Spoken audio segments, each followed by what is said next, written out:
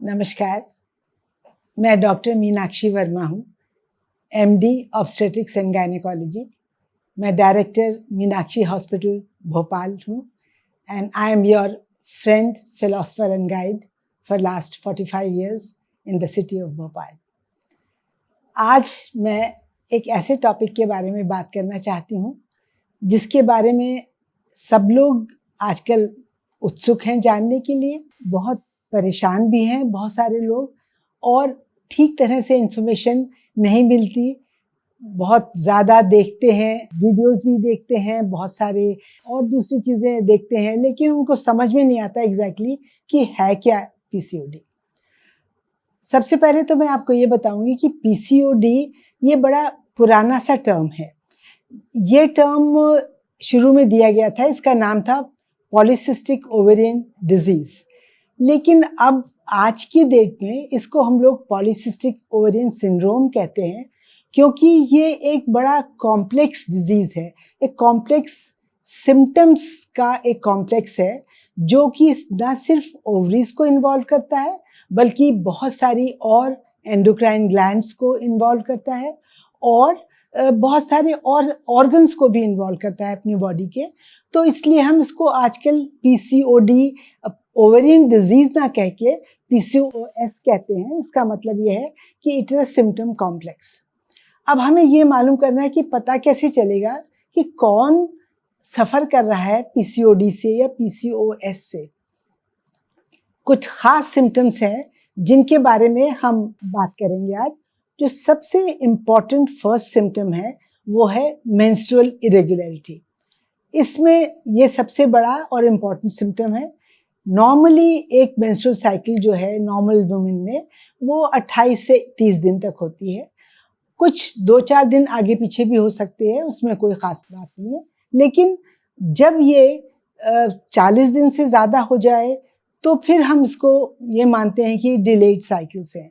तो ज़्यादातर PCOD cases में साइकिल्स आर डिलेड। ये 1 से 3 महीने तक इनकी ये साइकिल चलती है, और कभी कभी तो जब बहुत सीवियर केसेस होते हैं उनमें साइकिल इतनी ज़्यादा लंबी हो जाती है कि बंद ही हो जाता है पीरियड आना, और जब तक हम पीरियड के लिए दवाई नहीं देते तब तक पीरियड नहीं आता है। कुछ केसेस में ऐसा भी होता है कि इरेगुलर ब्लीडिंग चलती ही रहती है, डिले नहीं होता लेकिन ब्लीडिंग, कंटिन्यूअस ब्लीडिंग चलती रहती है, और वो भी पीसीओडी की वजह से होता है। दूसरा जो सिम्टम है जो कि बहुत ही डिस्ट्रेसिंग सिम्टम है, जो हमारी ज़्यादातर जो लड़कियां हैं, यंग कॉलेज गर्ल्स हैं, स्कूल गर्ल्स हैं, they are really bothered about it, और वो है unwanted facial hair, unwanted body hair. ये इनकी वजह से ही इसमें एक male type hair distribution body में होने लगता है, क्योंकि इस सिम्टम कॉम्प्लेक्स की वजह से बॉडी में ज़्यादा मेल हार्मोन बनने लगते हैं, और उन ज़्यादा मेल हार्मोन्स की वजह से इस तरह की जो अपर लिप के ऊपर कुछ डार्क हेयर आना, चिन के ऊपर डार्क हेयर आना, चेस्ट और ब्रेस्ट के ऊपर डार्क हेयर आना, या एब्डोमेन के ऊपर डार्क हेयर आना, थिक डार्क हेयर, ये चीज़ बहुत कॉमनली देखी जाती है, और शायद किसी भी लड़की के लिए ये सबसे बड़ी परेशानी का सबब है। इससे उनको खुद भी बहुत ही फीलिंग ऑफ इनएडिक्वेसी होती है कि शायद हमारे अंदर स्त्रियोचित गुण नहीं हैं जो होने चाहिए, और कुछ दूसरे लोग भी बॉडी शेमिंग करते हैं जिसकी वजह से वो काफ़ी परेशान रहती हैं। इसके अलावा और जो सिम्टम्स हैं वो हैं बहुत तंग करने वाला और परेशान करने वाला, वो है मोटापा, ओबेसिटी।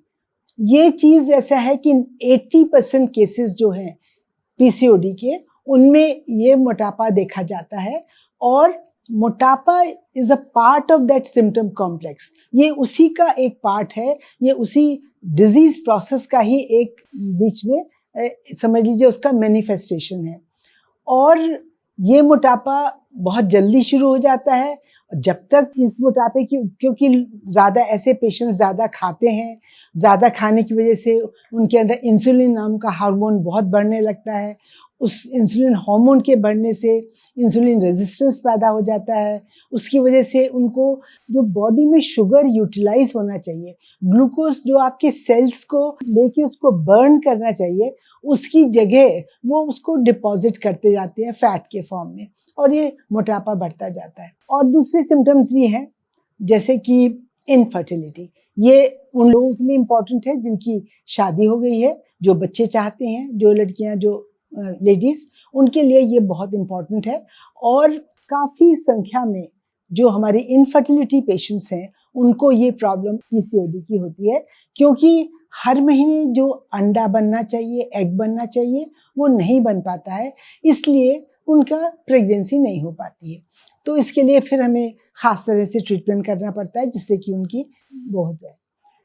इसके अलावा और भी सिम्टम्स आते हैं, जैसे कि स्लीप डिस्टर्बेंसेस। अक्सर ये स्लीप डिस्टर्बेंसेस इस वजह से भी होते हैं कि ऐसे पेशेंट्स बहुत मानसिक तनाव में रहते हैं, और कभी कभी ये part of the symptom complex ही है कि वो उनके हार्मोन्स में इतना इम्बैलेंस रहता है कि वो ठीक तरह से सो नहीं पाते। It's a vicious circle.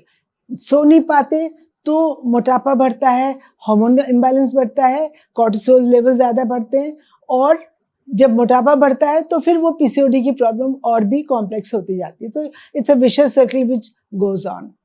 And last and not the least is कि ऐसी जो लड़कियां हैं, जो महिलाएं हैं, वो अवसाद से ग्रस्त होती हैं, डिप्रेशन में चली जाती हैं, परेशान रहती हैं।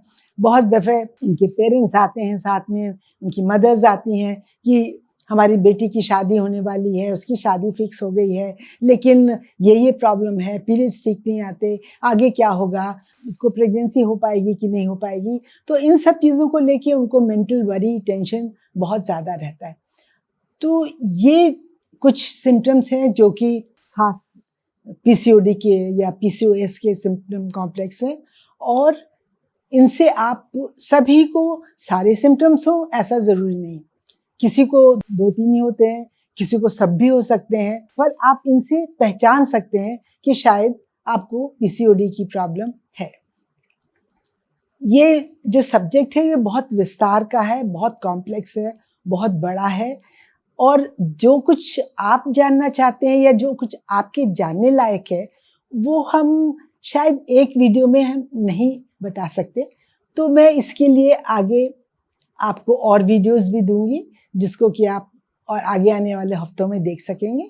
और अगर ये वीडियो आपको पसंद आया हो तो मेरे चैनल को आप लाइक करिए और सब्सक्राइब करिए। धन्यवाद।